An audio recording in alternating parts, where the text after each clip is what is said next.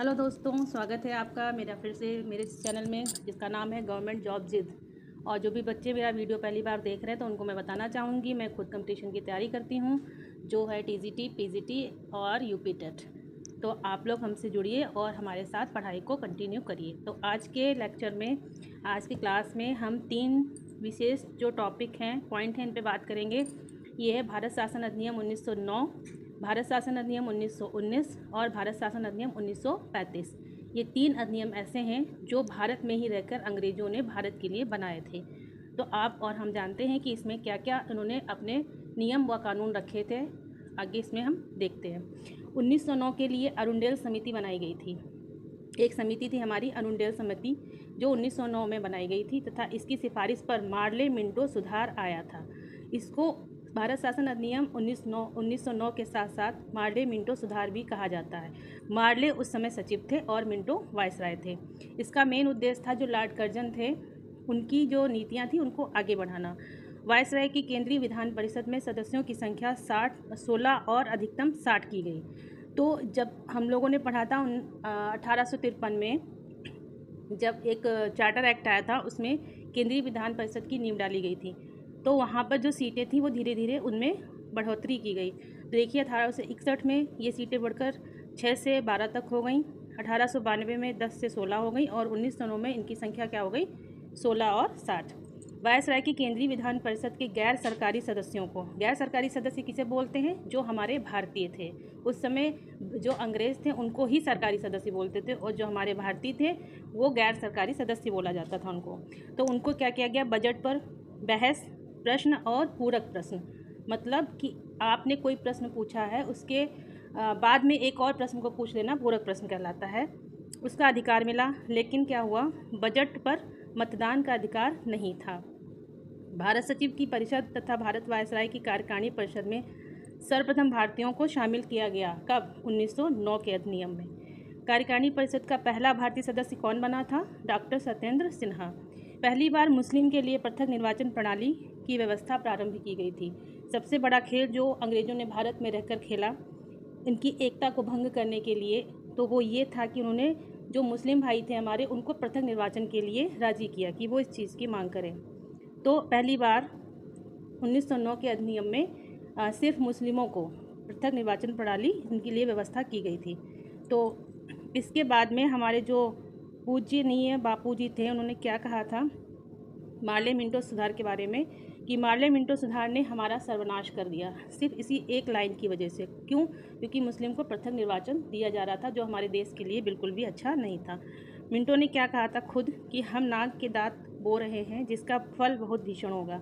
ये जो लाइन है, ये जो कथन है मिंटो का, ये बहुत इंपॉर्टेंट कथन है और ये बार बार पूछा जाता है कि ये किसने कहा था। तो आप इसको याद रखिएगा, ये मिंटो ने कहा था कि हम नाग के दांत बो रहे हैं और जिसका फल बहुत ही भीषण होगा। तो आगे हम बात करते हैं अपने अगले अधिनियम के बारे में जो है भारत शासन अधिनियम 1919। इसका भी नाम था मांटेग्यू चेम्सफोर्ड सुधार अधिनियम, जिसमें मांटेग्यू सचिव थे और चेम्सफोर्ड हमारे वायसराय थे। इसको अगस्त घोषणा भी कहा जाता है। भारत में पहली बार प्रांत में उत्तरदायी शासन की स्थापना की गई। पहली बार प्रांतों में द्वैत शासन प्रणाली लागू किया गया, मतलब अलग अलग शासन होने लगा, केंद्र में अलग और प्रांतों में अलग। प्रांतीय विषयों को 2 सूचियों में विभाजित किया गया, एक था आरक्षित विषय और दूसरा था हस्तांतरित विषय।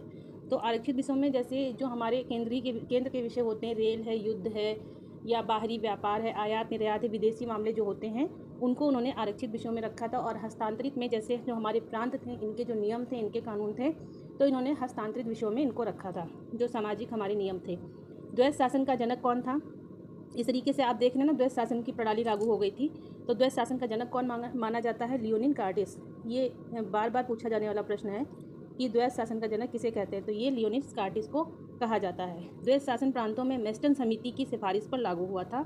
ये भी प्रश्न पूछा जाने वाला है कि कौन सी समिति थी जिसकी सिफारिश पर यह लागू किया गया था, तो मेस्टन समिति की सिफारिश पर लागू किया था। लेकिन मूडी मैन समिति जो हमारी थी उसकी सिफारिश पर प्रांतों में द्वैत शासन को हटा दिया गया। अभी नहीं हटाया गया, आगे हटाया गया, लेकिन इसी समिति के आधार पर हटाया गया था। पहली बार प्रत्यक्ष निर्वाचन की नींव रखी गई, आपने अभी देखा। प्रथम बार भारत में भारतीयों को सीमित मताधिकार का अवसर दिया गया कि कुछ जगह पर हमको भारतीयों को सीमित मताधिकार का अवसर वहाँ पर प्राप्त कराया गया। जैसे सिख थे, आंग्ल भारतीय थे, भारतीय ईसाई थे, यूरोपीय थे, इनको भी अलग निर्वाचन दिया गया। तो प्रश्न ये भी पूछा जाता है कि सिख, आंग्ल भारतीय और भारतीय ईसाई व यूरोपियों को पृथक निर्वाचन की जो अनुमति थी कब दी गई, तो ये हमें 1919 में दी गई। प्रथम बार लोक सेवा आयोग, ध्यान रखिएगा, लोक सेवा आयोग का गठन भी 1919 में किया गया। अब बात करते हैं भारत शासन अधिनियम 1935।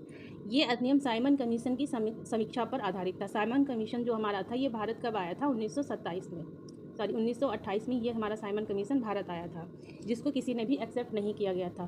तो इसकी जो समस्याएं थी उनको जानने के लिए कि इसमें क्या बदलाव किए जा सकते हैं, कैसे इसमें सुधार किया जा सकता है, इसके लिए अंग्रेज़ों ने भारत शासन अधिनियम 1935 बनाया था। भारत में भारत के लिए ब्रिटिश संसद द्वारा पारित अंतिम अधिनियम था। ये जो 1935 का अधिनियम था ये भारत में ब्रिटिश संसद द्वारा पारित अंतिम अधिनियम था। इसके बाद कोई भी अधिनियम भारत के लिए नहीं बनाया गया। ये सबसे बड़ा अधिनियम था और हमारा जो आज संविधान है ये कहीं ना कहीं इसी जो अधिनियम है भारत शासन अधिनियम 1935 इसी पे आधारित है। इसकी बहुत सी चीज़ें हमारे यहाँ भारतीय संविधान में ग्रहण की गई हैं। तो इसमें उस समय देखिएगा 321 अनुच्छेद थे, 10 अनुसूचियाँ थी और 14 भाग थे। ये भी पूछ लिया जाता है कि 1935 में कितने अनुच्छेद, कितनी अनुसूचियाँ और कितने भाग थे, ठीक है। लेकिन इसमें मौलिक अधिकारों का अभाव था, इसमें कहीं भी मौलिक अधिकार नहीं थे। तो मौलिक अधिकार आए कब थे? मौलिक अधिकार नेहरू रिपोर्ट आई थी 1928 में, उसके द्वारा ये आए थे। प्रांतों में द्वैध शासन 1935 में समाप्त तथा केंद्र में द्वैध शासन लागू कर दिया गया। 1935 के द्वारा प्रांतों में द्वैध शासन हटाया गया था और केंद्र में द्वैध शासन संपूर्णतः लागू कर दिया गया था। दिल्ली में संघीय न्यायालय की स्थापना का प्रावधान भी इसी अधिनियम के द्वारा किया गया, लेकिन इसकी स्थापना कब की गई?